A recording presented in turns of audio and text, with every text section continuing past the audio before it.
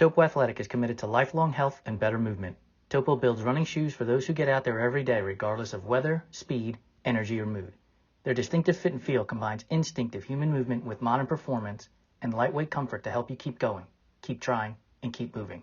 Discover the Topo difference and step into a run experience unlike any other. So we are going officially live here. I think we're on our 73rd edition of the Fireside Chat, and I'm going to be trying to invite Jess over here really soon, but my name is Om Gandhi. I'm one of the co-owners of Run Try Bike. Jason is currently stuck with food-related issues. No, I'm just kidding. He's stuck in downtown LA traffic. But before we get into the show, I just want to give a shout out to our partners at Topo Athletic for being amazing partners. And a shout out to our partners at Catula, of whom Jess is one of the Catula friends or the Catula ambassadors. And so we'll be talking about them a little bit, but I'm going to go ahead into it. So I hope everybody's having a really good day. Yeah, wow, that was the quickest one so far. Like, I tell this story all the time now, but it's crazy. Like, we literally had somebody who couldn't get on the show for like 10 minutes, and Jason they got on the we got on the show, and they were just like, we were just joking around the whole thing, but that's just how it goes. Like, we now think the Fireside Chats aren't the Fireside Chats without technical issues, but it's really good to have you on the show. How are you doing tonight, Jess? I'm good. Thanks for having me. Yeah, happy to be here. Well, before we jump right into it, I'm going to give off an introduction for Jess, which I love the first few lines in this. I ran this over with Jess, and I just realized there was a rhyme in here, so I'm going to kind of like emphasize. Here we go.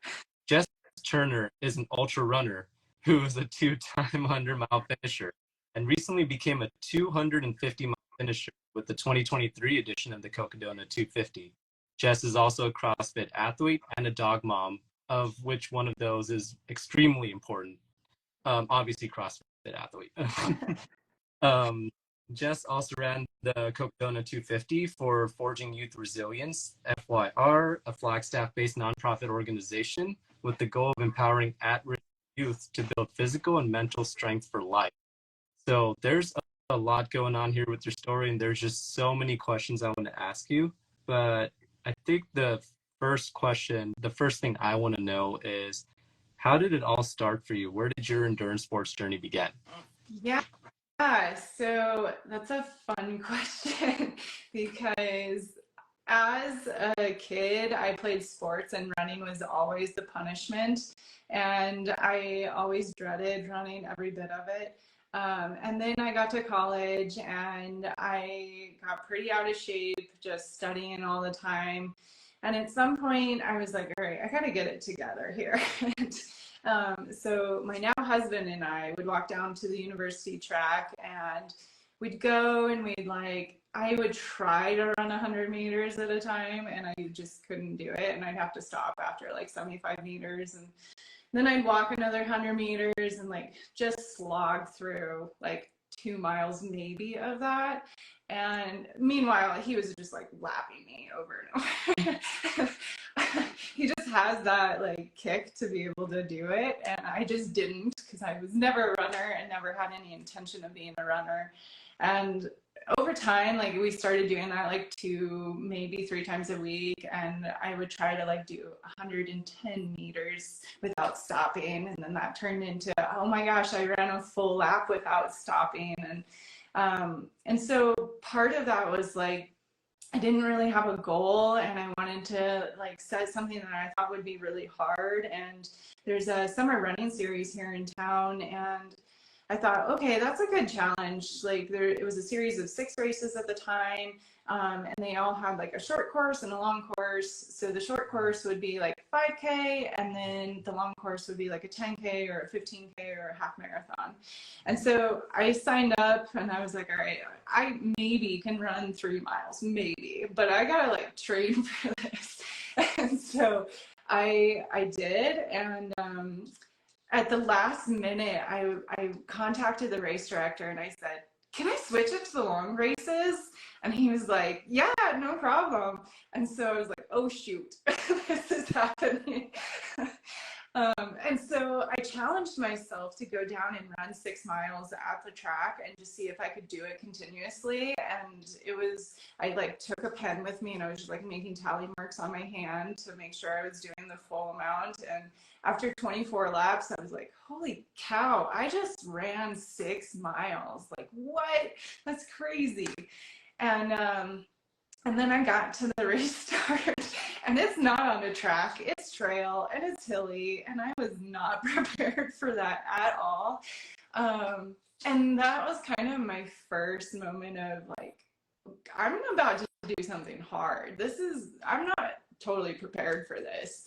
And, you know, it took me well over an hour to finish that first 10K. And I barely get out of the car when we got home. And I just was like, who does this? Like, who can run more than that? And yeah, so that's kind of how it started. And then it just kind of progressed. Like, I was like, maybe I can run 9 miles. Maybe I can do the 15K. And sure enough, like I did it. And then that just progressed to half marathons and marathons and, you know, just trying to find that boundary of what am I actually capable of and how far can I take my brain? Because that was always the determining factor, was when you allow yourself to say, it's going to hurt, but I'm going to go there. You can do so much more than you realize. And for me, that was like, wow, like there's a whole world of possibilities here. And like, what is that limit? And I have yet to find it, which is a little scary, but yeah, so that's how I got started in it all. And I by no means thought that I would come to enjoy running when I started. Like, I hated every second of it. I would be like cursing as I'm slogging through my 100 meters, but you know, now it's like, I don't feel good unless I get out the door and just get the heart rate up. So yeah, that's a little bit about my background to endurance sports. I mean, it's just, even just hearing you talk about like running a few hundred meters at a time and going from that to doing like 6 miles to doing like a trip, it's just, it reminds me of my own story of like running a quarter mile and then like run 30 minutes at a time. Can I run a 5K? Can I run a half? And just, it's amazing how we keep, once you decide you're going to try to find limits and just rely, it's amazing how we just moving the goalposts. And now you're 100, you've done 250, and you're like the other day, like, or a few weeks ago, I did a training run or a tune-up, and I was like, man, I did like 6 miles, but it wasn't great. And my girlfriend was literally like, do you realize what you just said, considering you were doing like a quarter of a mile Yep. just like 4 or 5 or whatever ago? Yeah. But like, Yeah. moving the goalposts. Yeah. So I wanted to segue into, for those of you who don't know, you can look at it after the Fireside Chat. I'll put the links up, but there's a 2-part story on the website of Jess's Cocodona 250 journey. So a lot of these questions are coming from that, and just kind of getting more insight from Jess and how she was feeling in the moment. This is one of my favorite moments from the first part of the story. But you were watching the Cocodona live stream. I was also watching the Cocodona live stream. It was mind blowing. Although it didn't seem that way with the choppy drone footage, but mind blowing was. And then you went to do a volunteer shift after Versteeg finished in first place, and you watched Peter Mortimer came in. So take people through that moment, how you felt and what changed in you in that moment.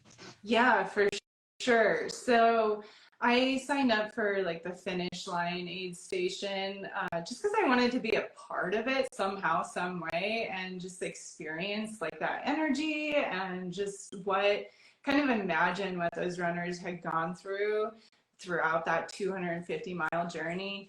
And we sat there for quite a while before Peter came in, and you could feel this buzz in the air. Like there was like just like this cool energy, like everybody was getting amped up because he was about to come in. And it was like everyone started to gather, and like, mind you, ultras are not a big spectator sport. It's very spread out, and like you get a few cheers here and there, but there was like this huge buzz around the finish line because it takes place in downtown Flagstaff. So there's a lot of foot traffic, and then like people start like hearing that something's about to happen. And we were watching his tracker and watching him come and get closer, and then like all of a sudden this like cheering and just like all this energy just poured out, and he just came across the finish line, and I'll never forget it. It was like the most energetic second place swim I've ever experienced. He just was like on fire, and after 250 miles you couldn't tell that he had been out there for days and like no sleep, and just like he looked so strong. And everybody just gathered. Somebody got him a chair, and like we all just kind of sat around like, tell us the stories, like what happened out there. And it was just like such a cool experience. And yeah, in that moment I was just like, I want some piece of this. Like, this is cool. And like just thinking about like all of the issues that he had, like he had some dehydration issues and like food issues, and like overcoming that over the days that he was out on the course, and you know, making a big comeback. It was, I wanted somehow, some way to be a part of that. And at the time, like my foot was actually broken, and I didn't really know, I didn't know it at that point, but I knew it in the next couple months there.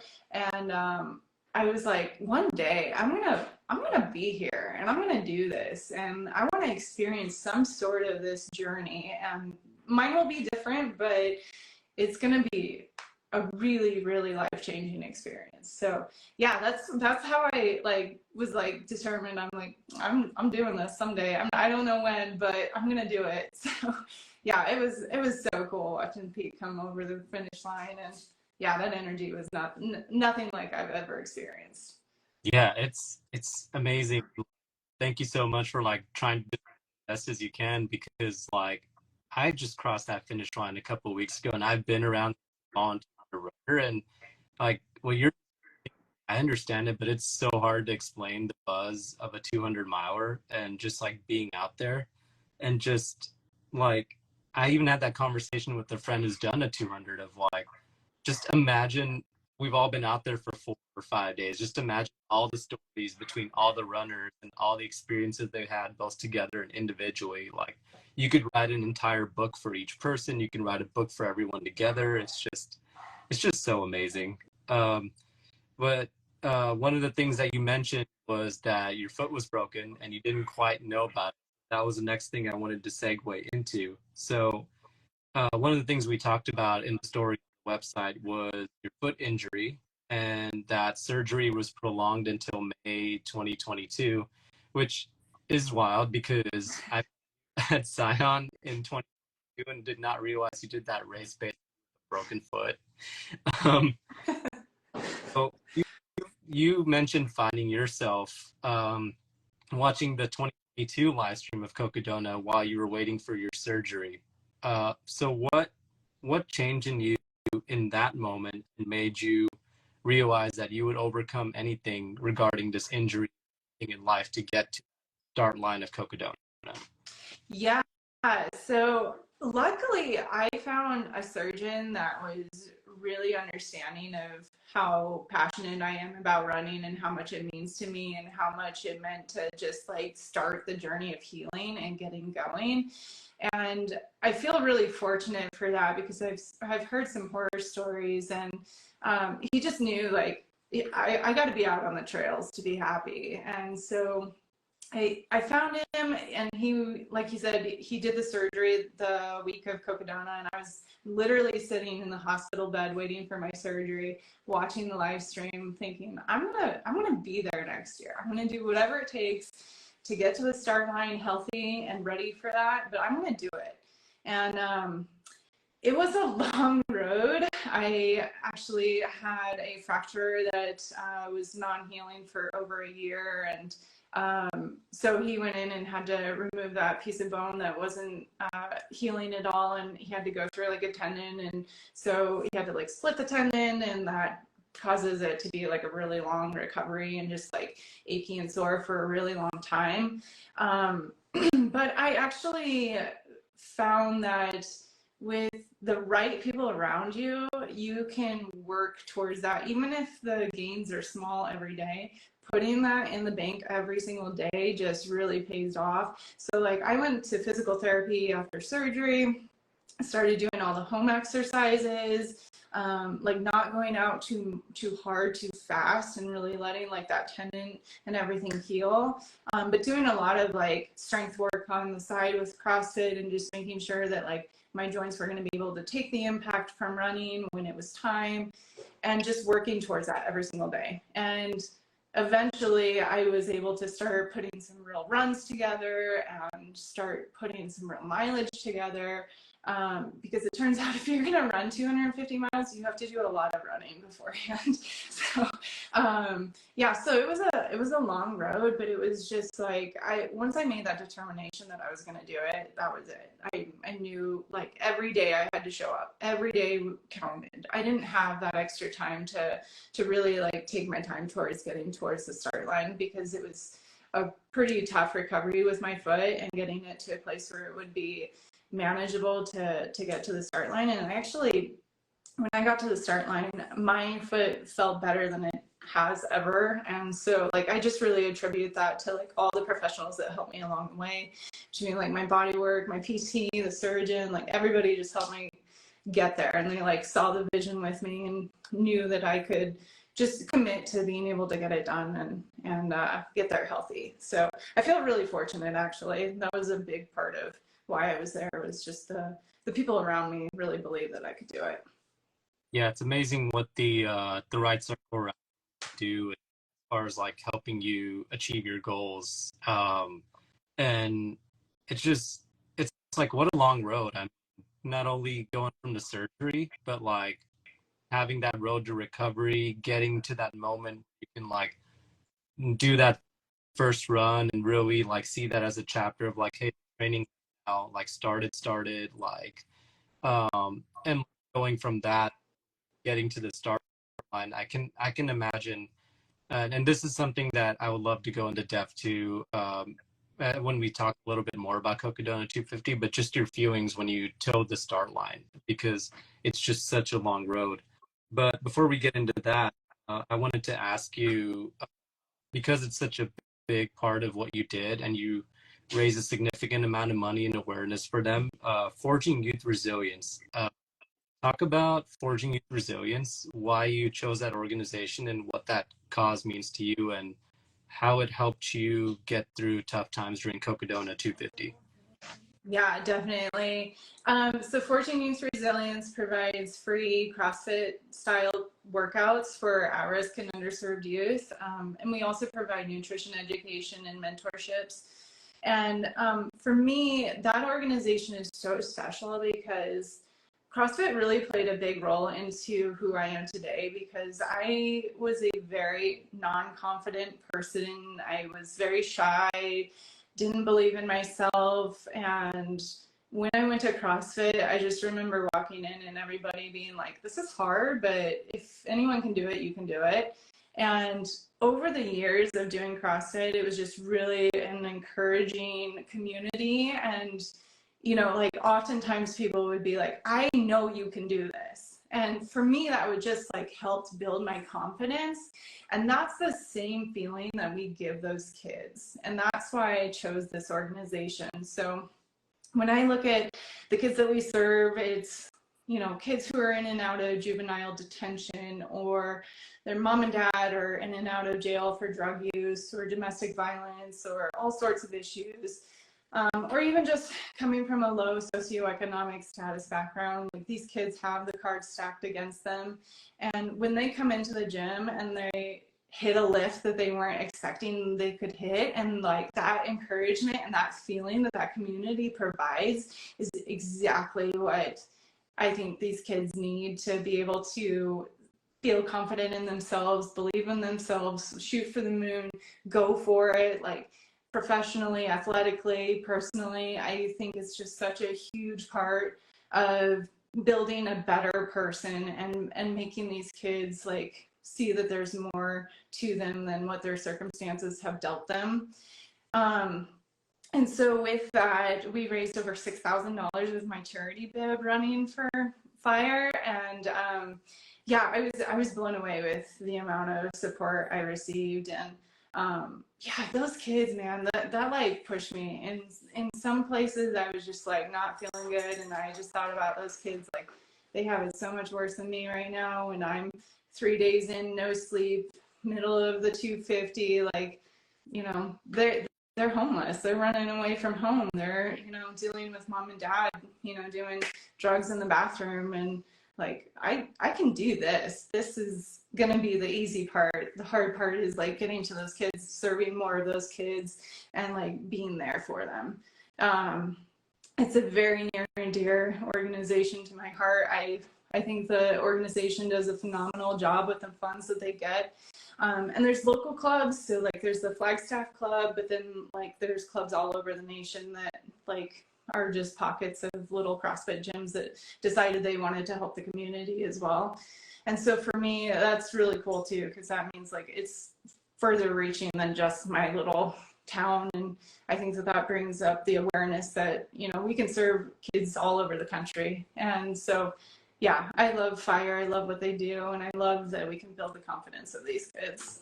I love hearing that because, I mean, I've always believed that you can have both intrinsic and extrinsic doing these races. You can have your personal goals of like pushing your limits, but you can also, you know, for me, when I hear like say that running is an inherently selfish sport, I'm like, you have not seen ultra running, and you've not seen just the amazing things people in this community. And you hearing you talk about forging resilience kind of just makes me think about like the work you do for Richstone. And I just love seeing other people do work like for the youth. And I love that line about just like having these kind of organizations and having resources in like other places around the nation, because I truly believe that well. And even with FYR, like if there were organizations like that, then the youth would be such a better place. And it is true that like there are moments where like I feel like because a 200 can like really just break you and build you up, that having that extrinsic factor of like kids are going through is much harder and it's not a choice, but what I'm doing is a choice, can really just like propel. It's just, and that's just, I'm encouraging everybody to run for a charity that's near and dear to your heart. Do something, go out there and do something for any charity that's near and dear to your heart, and just see how far you soar and how many lives you change, you know it or not. Yep. But now it really makes me want to go into the Cocodona 250. So let's dive right into that out here. But let's start with the start line, because we talked about your injury and the road you take to get there, the people that surrounded you, supported you in it. What was it like for you and those around you when you got to that start? You were towing that start line and realized you made it. Yeah, that was such a huge moment to show up healthy to the start line. And, you know, my husband even took a video at the beginning and was like, how are you feeling? And I was like, actually, I don't feel nervous. I feel ready. I did the work. I know that my body's ready. I'm capable. I've done every training run. I've done all the mobility exercises and everything that I had to work through. And so for me, it was just like, I can't believe I made it to the start line with so much awareness around fire, so much support from the communities. Like Katula, who you work with, was a big partner in my fundraising, and just like having the support of these communities is really cool. And it was more like, I can't let these people down now. Like now I just got to go do this because I'm ready and I'm healthy, and I'm like so happy that I can bring my run to the cause that I believe in. And so for me, it was like almost a victory lap. Like I get to go like put this out there now, and everybody can kind of like see what I worked for and experience that like that buzz that I was talking about with Peter. So yeah, I was extremely happy to be in a really good place mentally and physically at the start line. So the way I'm going to break down Cocodona moving forward is because there's so many ways to break down 200, and there's no way we can encompass this in 10, 15 minutes. Yeah. But, uh, but like talk about just like what were some of your favorite moments in the race? What were some of your like toughest moments during the race? I know for a lot of people that's like Mingus Mountain. Um, and just I was like, and I guess the follow up to that is like me personally as a 200-mile finisher myself, I'm always know like, how was your sleep? That's always the question. Yeah. So, yeah, so some really awesome points were, so my best friend actually flew out from Florida to come pace me for the first portion. So she caught me at Whiskey Row and then took me to the top of Mingus. Which was just really cool because she had to like organize it around her daughter's birthday. And so she like flew out here the day before and then caught a red eye on the way back just to be here for me and make it happen. So that was just such a special time to be able to spend that time with her. The coolest sunrise I've ever seen in my life was at the top of Mingus, and I'll never forget it. It was just the most beautiful hues with like a mist in the mountains, and like at the moment I was hurting so bad and I was so sleep deprived, but that I was like, this is exactly why I do this. Like nobody else is out here experiencing this. And you know, I was just like so thankful for that, and I knew that was going to carry me into the next day where I knew I was going to be suffering. So yeah, so I think in total I probably got about 7 or 8 hours of sleep. I think I probably laid down for about 10, but you know how it is. It's like everything aches and you're like rolling around and not really sleeping. And probably my lowest point was going into Fort Tut Hill. So that was like mile 214-ish, and I just, the sleep deprivation had taken its toll, and I had powered through the last section just to try to bank some time so that I could get some sleep. And so I got there and my husband was like, you can sleep for 2 hours. And I was like, oh, that's so much. I can't wait to get 2 hours of sleep. But I think at that moment, I actually did sleep at Fort Tut Hill, but when I woke up, everything just started to swell and nothing like was functioning like it should. I couldn't keep food down without indigestion being a real issue.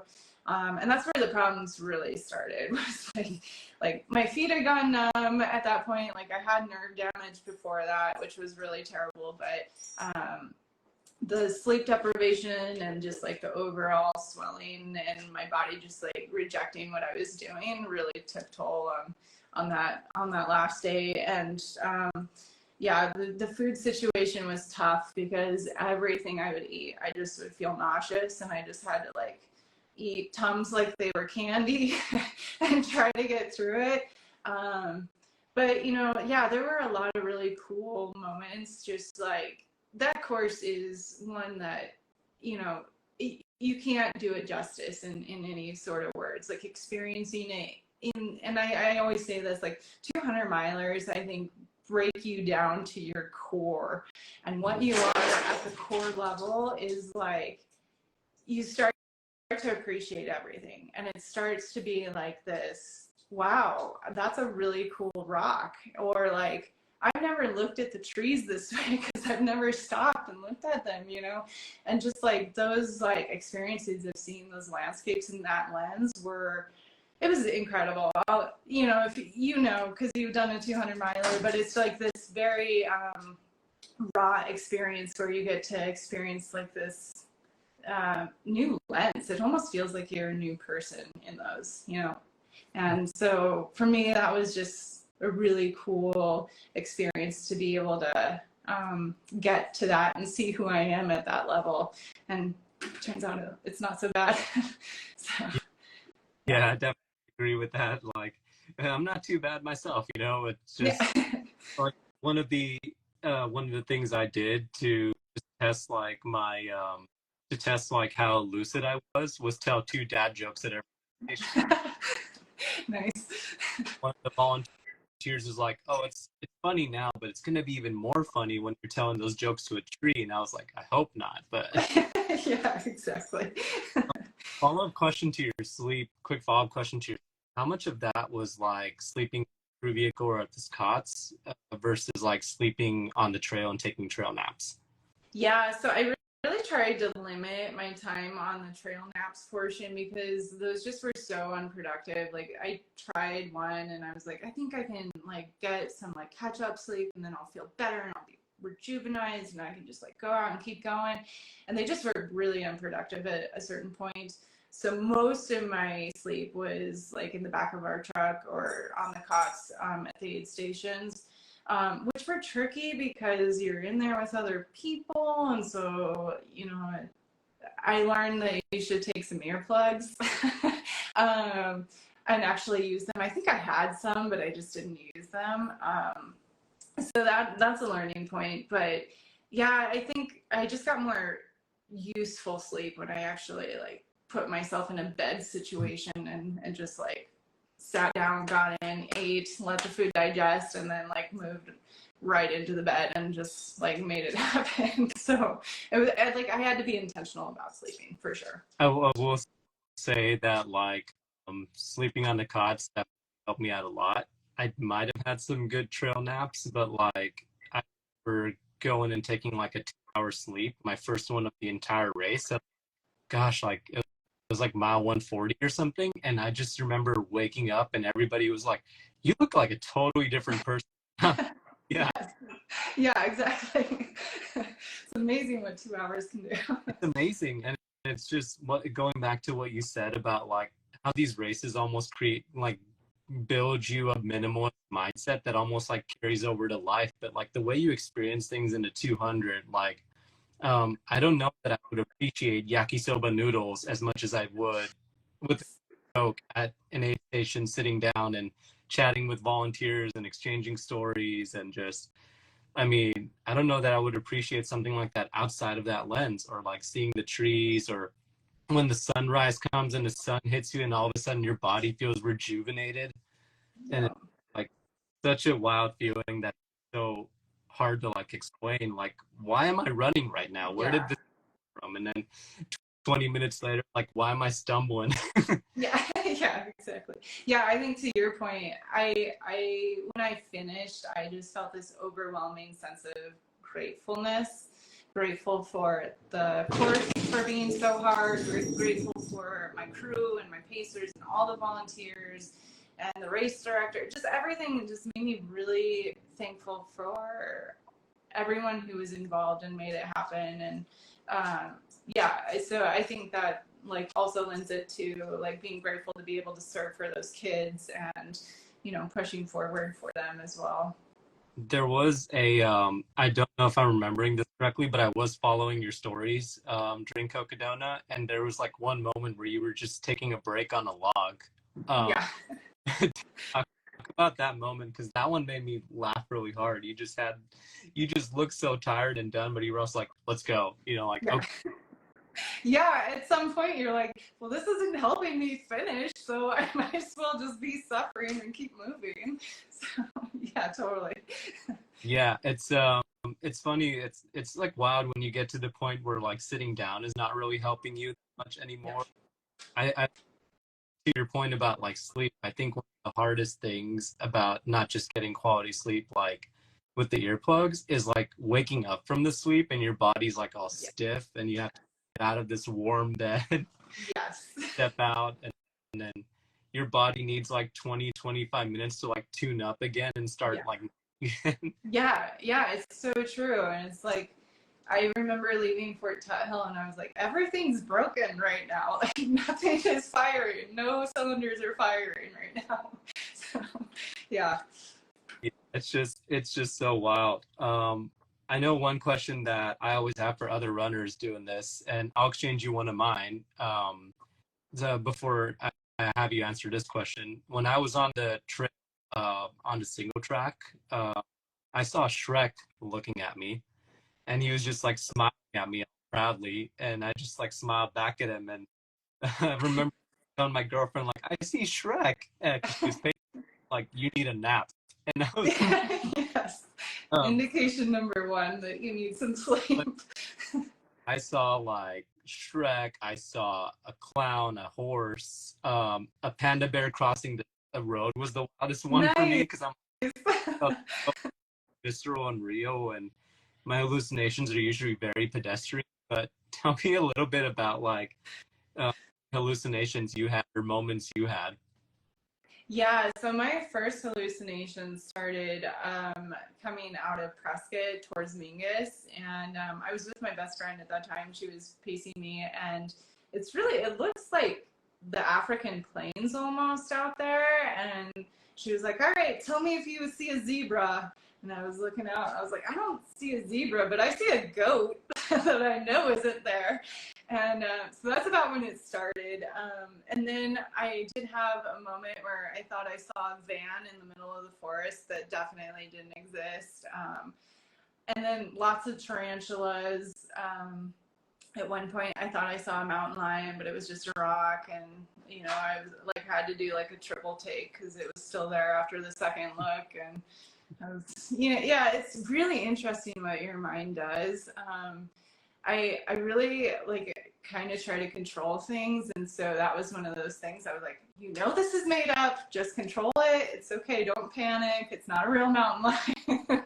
Just keep moving. I don't know if this happens to you as well, but one of the ones I know for sure was fake is I think sometimes when your body wants to see things or your mind wants to see things, and I know as I'm closing into an aid station or 2 miles away or 2.5 away, I turn around and all of a sudden every rock looks like a car. Everything looks like a tent, and I see Yes. people on. I'm like, is that the aid station? Is that the aid Yeah. station? Yeah. Because you're just trying to envision a point where you can get some sleep. Yeah, for sure. Did you, one last question I had before, I guess our final question is, did you have any like food that actually worked for you? Because our Vipa is definitely known for like how good their food options are. But is there any food that worked for you? And did you expect that this was going to be like your go-to food? Yeah, so like I said before, the indigestion hit really bad on the last day. And so I was just trying to gut through it, but I knew I needed salt intake, and that ramen has never tasted better. I mean, there's something about top ramen after 4 days of no sleep. But yeah, I did get a walking taco that was the best thing I've ever had in my entire life. And I kid you not, like I probably could have had like 5 of them, but I was like, I need to not lose my last meal that I have before I head up Eldon.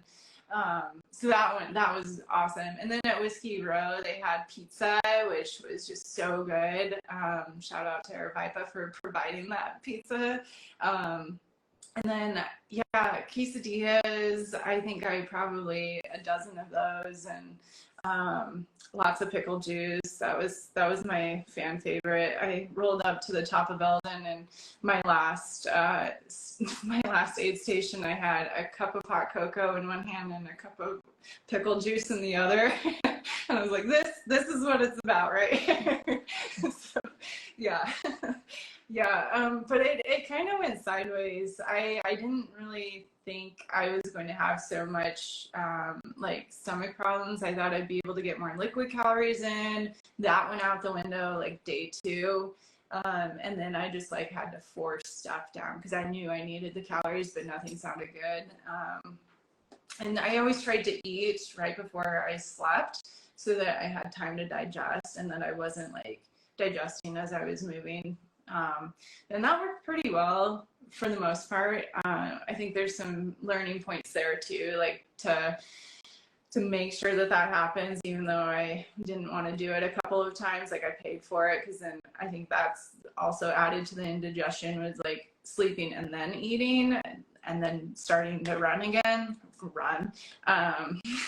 And yeah, so I think I need to be more intentional about eating before I sleep and let that digestion happen. So yeah. Yeah, and there's like always, and for anybody who's watching, like 200 miles, like there's just no one clear answer for everybody. It's just like you look at people and you're like, oh, and this person's got it figured out. Might try the same, it does not work. It's just not like a 100. Like there's just so many like keys and things to figure out, sleep and nutrition, and I mean it's part of why I love it so much, because it's such an unknown frontier. Yeah.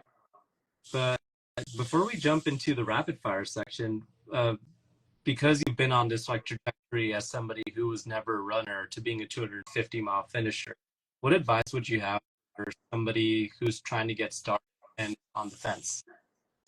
Yeah, I think if you are willing to be challenged, I think anyone can do this. I really do. From someone who couldn't run 100 meters when I started to being able to run 250 miles, I think anyone can do this. It's a matter of your determination and your grit, and finding something that inspires you and sticking with that. And for me, for a long time, it was a confidence builder to start, and now it's become just something that I love doing every day, running with my dog, and just getting out the door and being in nature, and like being in the forest. Like, it's just such a good soul experience. But I think if you want it, anyone can do it. I think you just got to take that first step. Those first runs are going to be slogs, and they're going to be hard. But I promise you, the runner's high does come. And start like making a community, because I think that's the other part we didn't get to touch on. But the community is incredible, and if you can get in touch with some of the people in the running circles, like they're awesome people, and they're nothing but encouraging. So just like go out and do it, and start getting connected. Yeah, that's sound advice, and I absolutely fully agree with everything you just said. Well, Jess, so much for being on our show. And before we let you go, we're gonna take you through our rapid fire. These are all fun questions related to food and just a bunch of like miscellaneous shenanigan-y stuff. But like, ready for our rapid fire? Yeah, let's do it. So first question. This is a big one in our circles. Pineapple on pizza, yay or nay? Nay. Ooh. I know. I've heard the discussions here.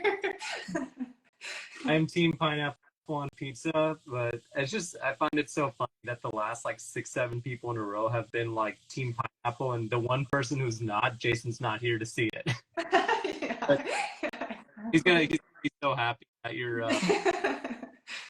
workers. So, I mean, but yeah, that's oh man, boo. But Oreos, original or a double stuff? Double stuff. Oh yeah. Yeah. Candy corn. Is it a real candy or is it earwax coated in sugar? Real candy. Ooh, that's the first one we've had of that in a while. Yeah, that's because it comes from my grandma. She was always getting me candy corn, and that was like our treat that we got from her. Peeps. Are they Amazon foam sour packages or actual food? Amazon packaging for sure. So I totally agree with that. We had somebody send us shout out to Adina stale peeps because she loves stale peeps to try, and just both gave it a shot, and we're like, we love you, Adina, but no. No, thank you. So you have a burrito, you have a tortilla, and you're making a burrito. What do you put inside your ideal burrito? Ooh, I'm going breakfast burrito all day. Scrambled eggs, some bacon, some shredded cheese, some hash browns, and some good salsa.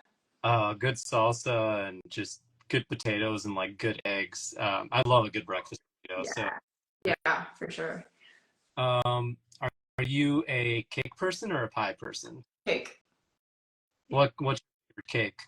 I like a vanilla with a vanilla frosting. Like just keep it simple, plain and plain, but yeah. Love that. Love that. So a follow-up question about cake is red velvet a real flavor or is it just chocolate with red food dye? Ooh, I think as much as I love it, I think it's just red food dye. Same.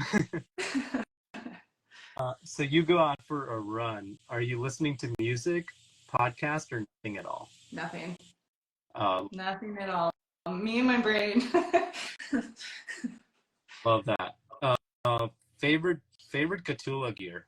Ooh, I love their nano spikes. That saved me this winter. I would not have been able to train for Cocodona without those. So nano spikes for the win. I have to agree with you. I spent a couple months in Flagstaff training for a race that I did in Nepal, and I got there in March. There's going to be wind, like it's going to be spring, and I knew it was going to be cold, but I didn't think it was going to be that cold still. It was rough. I remember running in Buffalo Park, and I remember running with Austin. He's like, "We've never had a winter this prolonged." Yeah. Yeah, it was tough. It made it really tough to train for Cocodona with that. But yeah, I wouldn't have gotten all those training runs in without Catula's nano spikes. That's for sure. Yeah, I can imagine. Like I lived like 10 minutes from Eldon, and I did a lot of runs up there. And I remember the first time I tried to go up there without bikes, I could only get like halfway. Yeah, yeah. And it gets so packed. It like there's so many people on that trail that it just turns to ice. And yeah, for sure. I was trying to make my way up there from the Fat Man Loop, and I just couldn't do it. Yeah, no way. But yeah, I mean, I have to agree with the net. I mean, those are incredible. Yeah. Favorite movie or TV show? Oh boy. I mean, I'm a big sports fan and football just started, so I think I'm just gonna have to default to football at the moment. I'm on a fantasy league with all of my male coworkers and I have to kick butt as the only female, so What's your football team? the Packers. Packers. Yeah. Okay. I'm a Rams fan. Okay, I can deal with that. Well, Jess, this has been great. Thank you so much for being on our show. Like a lot of fun talking to you and just hearing about your story. And we'll have to get you back on sometime. Yeah, for sure. I'm happy to join again. One question I did have before we get off the show is what's next? Yeah, so I actually have a 100-mile relay with my husband this weekend, and he's going to take the first half. I'm going to take the second half, and after that, I was luckily drawn for Canyon de Chelly in October. I've been trying to get into that race for years. That one's like a 55K, and then if I don't get drawn for Western States, then I'll probably do Cocodona again. So I'm super excited about that and would love to like hear about that. And well, where can people follow you if they want to follow along on your journey? Yeah, so I'm on Instagram at Jess Turner 132. I've got a Facebook page, and then check out Forging Youth Resilience.org to check out the national organization. Awesome. Well, thank you so much for the show, Jess. It was a good time and appreciate you taking. Yeah, thanks so much for having me. Have a good rest of your evening. You too. Bye.